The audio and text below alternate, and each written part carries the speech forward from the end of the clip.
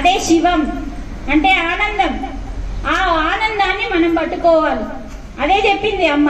హంసని, హంస అంటే ఆనందం, అంటే శ్వాస అంటే తాండవం. శివుడు హంస అంటే మనకి శివము అంటాం. అంటే భూతాశయ స్థిత ఆ మాదించ మధ్యంచ భూతానమంతే ఏవచ అంటున్నాడు భగవానుడు. అంటే ఏం చెప్తున్నాడు? నేను ఎక్కడున్నాను, పరమాత్మ కోసం పరిగెత్తుతున్న ప్రతి ఒక్కరు భగవద్గీత చదవమని చెప్తున్నాడు భగవంతుడు.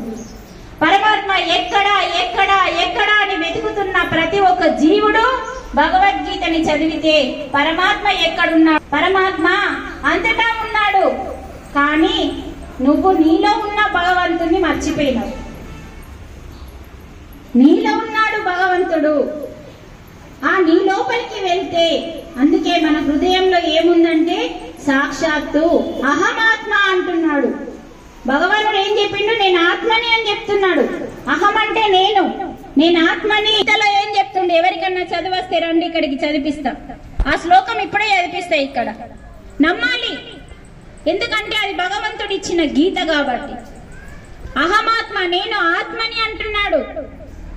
నేను ఆత్మని సర్వభూతాశయ స్థిత అంటున్నాడు. అంటే సర్వము, ఈ భూలోకం మీద ఉన్న సర్వభూత అంటున్నాడు. భూత అంటే ప్రాణులు, అంటే అన్ని ప్రాణులలో, ఏ భూమి మీద అయితే అన్ని ప్రాణులు ఉన్నాయో అన్నింటిలో నేనే స్థితమై ఉన్నాను అంటున్నాడు.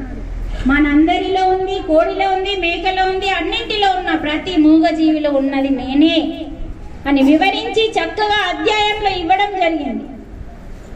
అలా మనము మనలో ఉన్న భగవంతుణ్ణి ఎక్కడ ఉన్నాడో తెలుసుకొని అక్కడికి వెళ్ళడమే ధ్యానం. జై బోలో శబరి మాతా కీ జై, శ్రీ కృష్ణ భగవాన్ కీ జై, సీతా మాతా కీ జై, గో మాతా కీ జై, శబరి మాతా కీ జై.